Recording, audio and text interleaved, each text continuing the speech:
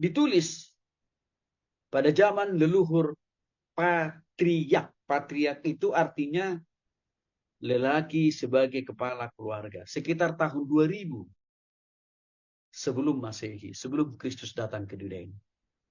Disitulah tahun penulisan daripada kitab Ayub. Lebih detail lagi, tahun penulisannya disusun selama periode Persia. Persia ini yang Iran sekarang, yang lagi digempur oleh Amerika dan Israel. Jadi waktu Ayub menulis kitab ini, posisinya dia di Iran. Kalau dulu namanya Persia. Sekitar tahun 540 sampai dengan 330 sebelum Masehi. Sebelum Kristus datang ke dunia. Lalu, jumlah pasalnya 42. Ayatnya 1070 ayat. Posisi Ayub waktu dia menulis atau mengirim kitab ini tidak dijelaskan detail dalam Alkitab. Tapi kemungkinan besar, sekali lagi penulisnya seperti saya katakan tadi, uraian saya tadi jelas. Itu pasti bukan orang lain, tapi pasti Ayub. Dari kisah kasih yang dijelaskan secara panjang lebar. Nah, kitab ini ditujukan atau disampaikan bukan hanya kepada orang Israel. Apalagi kan Ayub bukan orang Israel. Orang Yordania kan dia aslinya. Menarik memang. Kitab ini dituliskan kepada semua orang. Apapun suku, bangsa, bahasa, warna kulitnya. Termasuk juga kepada bangsa Israel. Dan juga terhadap kita bangsa Indonesia dan juga bangsa Malaysia. Yang diwakili oleh Bu Maria. Kitab ini ditujukan untuk kita semua. Kenapa kitab ini ditujukan kepada kita semua? Karena pasti Bapak Ibu, selama kita hidup di dunia ini, tidak akan lepas, tidak akan lekang, tidak akan bisa kita menghindar, lari sejauh mungkin. Dari yang namanya penderitaan, dari yang namanya sakit penyakit, dari yang namanya keterpurukan, dari yang namanya berbagai kesulitan demi kesulitan. Kita tidak akan lepas dan lekang selama kita hidup di dunia ini. Kecuali kalau kita sudah dipindahkan Tuhan dari dunia yang panah ini ke surga yang kekal. Maka tidak ada lagi sakit penyakit, penderitaan, kesukaran, kebangkrutan di surga. Udah selesai itu di bumi Bapak Ibu. Maka itu alasannya kenapa kitab Ayub cocok, relevan untuk semua kita. Khususnya Bapak Ibu. Bagi kita yang sudah sungguh-sungguh saleh seperti Ayub rohani, jujur, takut akan Tuhan, menjauhi dosa.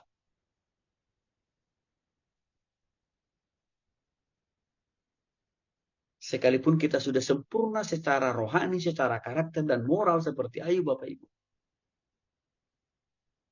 Kita tidak bisa lari dari persoalan, pergumulan, penderitaan. Tidak bisa. Karena kenapa? Ayub nggak bisa lari Bapak Ibu. Bagaimana Pak Pendeta? Kalau menghindar, apalagi? Ayub nggak bisa menghindar. Maka itu alasannya. Kitab ini menjadi relevan buat kita semua.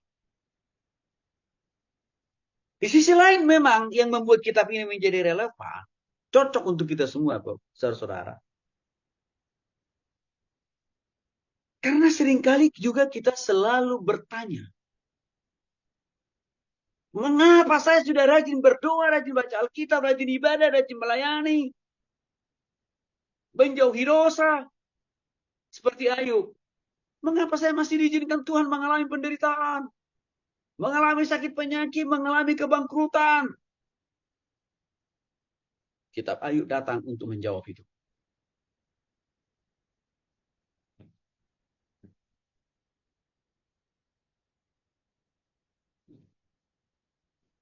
Salah satu alasan terbesar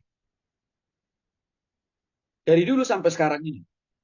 Kenapa orang Kristen yang belum sungguh-sungguh bertobat kepada Tuhan begitu mudah cabut murtad dari Tuhan? Adalah karena penderitaan.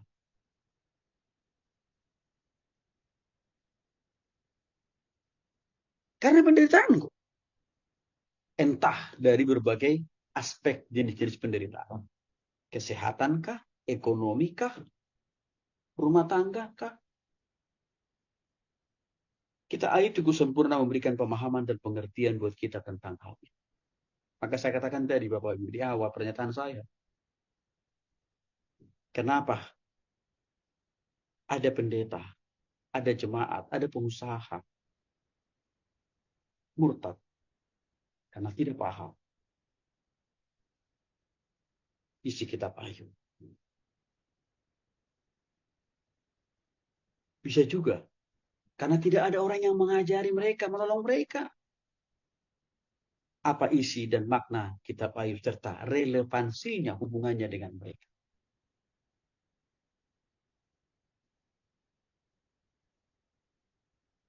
Maka ini menjadi penting juga. Di sisi lain memang kita Ayub juga menjawab tentang pertanyaan Ayub termasuk pertanyaan banyak kita orang Kristen. Waktu kita menghadapi badai persoalan pergumulan penderitaan itu, seringkali kita meragukan kasih setia dan pertolongan, apalagi pembelaan dan kehadiran Tuhan. Sering kita langsung mempertanyakan keberadaan Tuhan. Bahkan langsung kita tuduh cepat-cepat. Tuhanlah menjadi aktor intelektual. Tuhanlah menjadi biangkero. Saya sakit. Saya bangkrut.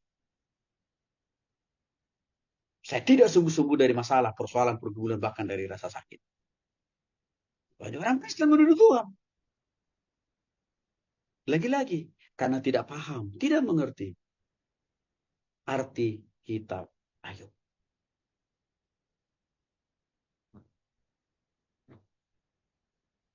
Sekali lagi Bapak Ibu,